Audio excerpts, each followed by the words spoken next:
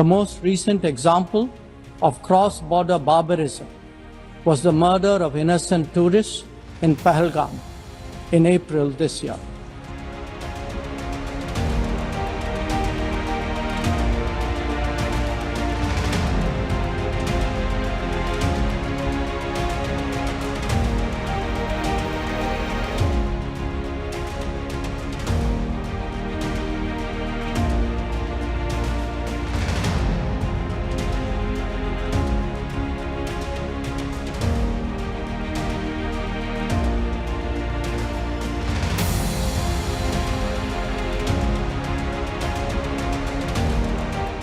Kashmiris are up in arms because India is occupying Kashmir illegally. That's the reason why they are protesting. Can Narendra Modi use his friendship with Donald Trump to solve out the problem of Kashmir? There are 1 million soldiers stationed in Kashmir to control 7 million Kashmiris. So what are you going to do about the Kashmir problem? I think the part we are waiting for is the return of the stolen part of Kashmir, which is on the under illegal Pakistani occupation. When that's done, I assure you, Kashmir solved.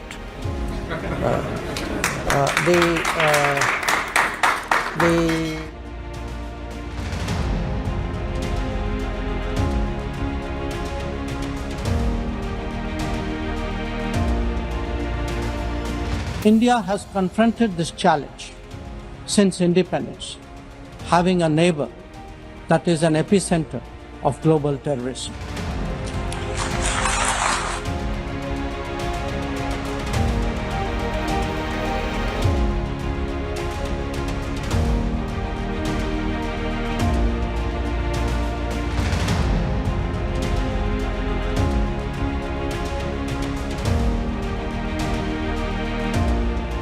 Madam President, Excellencies, while asserting our rights, we must also firmly face up to threats.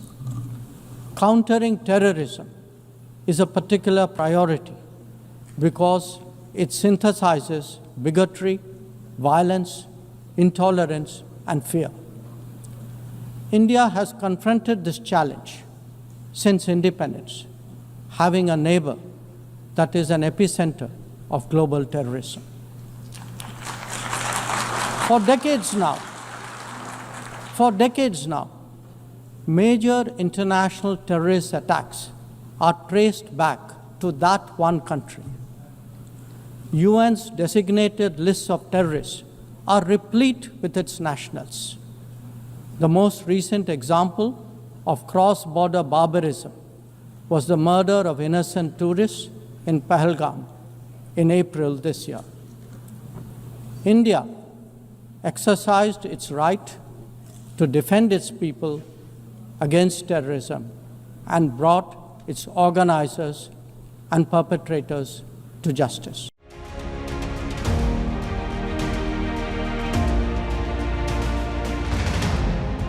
I think a lot of these are issues, Raj, which they have to resolve, because in many cases, the actual crisis has nothing to do with the mobility of the incoming workforce. I mean, if there are concerns, let us say, in the United States or even in Europe, it is because they very consciously and deliberately over the last 2 decades allowed their businesses to relocate. You know, that was their choice, it was their strategy.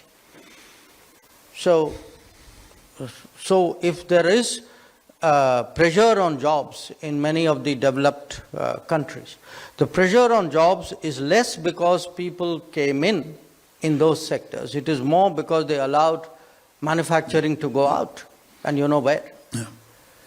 So I think they have to find ways of fixing it, and many of them are, you know, because if you see, it isn't only about concerns about immigration or mobility. It is also about loss of jobs and about recreating manufacturing and pulling back, you know, what was allowed to leave over many decades. So I can't give you a simple answer to it, but The part which concerns us is to convince them that mobility, the use of talent across boundaries is to our mutual benefit, that they would be net losers if they actually erect too many roadblocks to the flow of talent.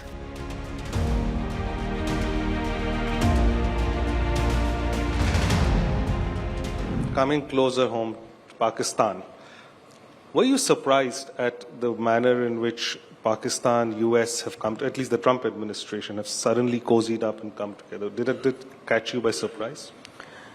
Look, they have a history with each other, and they have a history of overlooking their history. So what happens is it's not the first time we've seen things. And the interesting thing is when you look sometimes at the certificates, say somebody in the military will give, it's the same military which went into Abbottabad and found who there. So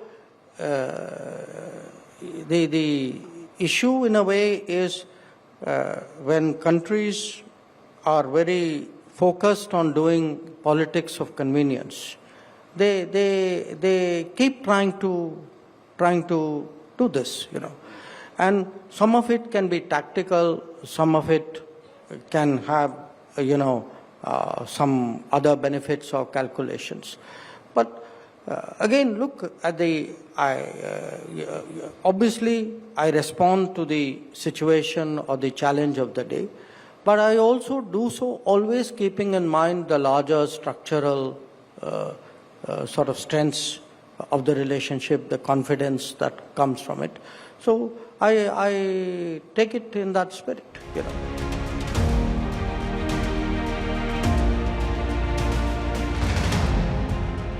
Some issues have been raised in the debate. With your indulgence, I would like to address some of them. Many of them related to China. That there is a China-Pakistan nexus. And today, sir, people are offering great wisdom on China. In fact, some people have even said that I am not that well versed on China. Sir, I've only spent 41 years in foreign service, only been the longest serving ambassador. But sir, there are China gurus now. One, sir, is honorable member sitting across me, whose affection for China is so great, sir, उन्होंने एक संधि बना ली थी China और India की, चिंडिया। तो इतनी मोहब्बत थी सर कि उसको संधि बना ली। अब सर इनको छोड़िए, इनके अलावा एक और चाइना गुरु है। अब सर अब ऐसा है सर, जयराम जी सर, हो सकता है कि चाइना पर मेरे यहाँ से कुछ कमी है, क्योंकि sir I did not get China teaching by going to Olympics. किसी ने मुझे बुलाया नहीं sir. I was not a special person. तो कुछ लोग जो हैं उनका चाइना ज्ञान जो है ओलंपिक्स जाने से हुआ। अब सर कभी-कभी अब सर जब ओलंपिक्स में गए किनसे मिले और क्या हस्ताक्षर किया उसकी तो बात ही नहीं करते। और सर जो मिले वो खाली चाइना से नहीं थे सर, कहीं और से भी थे, तो उसको मैं छोड़ देता हूँ सर, मैं बात नहीं करता उसके बारे में। पर सर कभी-कभी क्या होता है कि जब ओलंपिक्स की क्लासरूम होती है ना, कहीं सर कुछ बातें छूट जाती तो प्राइवेट ट्यूशन भी लेना पड़ता है। तो ये प्राइवेट ट्यूशन चाइनीज एम्बेसडर से लेते हैं, तो चाइनीज एम्बेसडर को घर में बुला के प्राइवेट ट्यूशन लेते हैं। तो अब ये चाइना गुरु का कहना है सर कि चाइना और पाकिस्तान आज बहुत नजदीक आ गए। सर है, हकीकत है, पर कैसे पास आए सर, कैसे नजदीक आए क्योंकि हम लोगों ने बीच में पीओके की धरती छोड़ दी थी। हम लोगों ने सर ये चाइना पाकिस्तान की बात कब से शुरू हुई? 62-63 से शुरू। 63 में पाकिस्तान ने चाइना को शस्त्रगम वाली दिया। 67 में काराकोरम हाईवे की प्लानिंग शुरू हुई। 88 में काराकोरम हाईवे खत्म हुई सर। 88 में 86 आप जानते हैं सर किसकी सरकार थी। 67 में पाकिस्तान चाइना का मिलिट्री कोऑपरेशन 67 में शुरू हुआ और न्यूक्लियर कोलैबोरेशन 76 10 साल बाद। तो जब सर यहाँ के प्रधानमंत्री पाकिस्तान और चाइना 80s में जा रहे थे और कह रहे थे कि इन दोनों के साथ समझौता होने वाले हैं, that was the very time when the nuclear collaboration was at its height. अब आगे बढ़िए सर, 2005 में Pakistan treaty of friendship, Pakistan China treaty of friendship. 2006 में Pakistan China free trade agreement. 2013 में ग्वादर पोर्ट की ट्रांसफर। 2005 में हम्बन टोटक पर हस्ताक्षर। 2008 में काम शुरू हो। तो जब आज बात करते हैं सर कि चाइना पाकिस्तान नजदीक आ गया है सर, हमें पता है, हकीकत है, हम इसके साथ डील कर रहे हैं। पर ये कहना कि ये अचानक हो गया और मैं चेतावनी दे रहा हूं और किसी को पता नहीं है, साहब आप हिस्ट्री क्लास में सो रहे थे।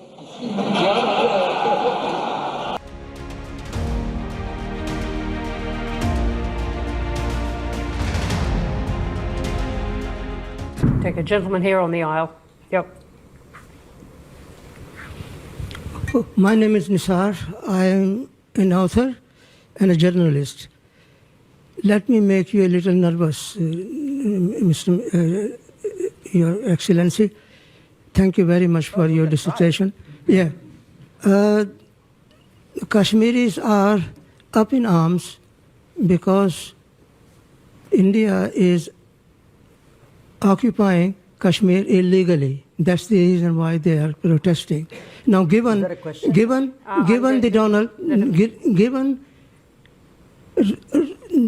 Mr. Trump's zeal for striking peace and peace deal, can Narendra Modi use his friendship with Donald Trump to solve out the problem of Kashmir? There are 1 million soldiers stationed in Kashmir to control 7 million Kashmiris. So what are you going to do about the Kashmir problem? Okay, you haven't spoken about. Can we just capture the question there? Thank you. Look, on Kashmir, actually we have done, I think, a good job solving most of it. I think removing Article 370 was step number one. Then restoring growth and economic activity and social justice in Kashmir was step number 2. Holding elections, which were done with a very high turnout, was step number 3. I think the part we are waiting for is the return of the stolen part of Kashmir, which is on the under illegal Pakistani occupation. When that's done, I assure you, Kashmir solved.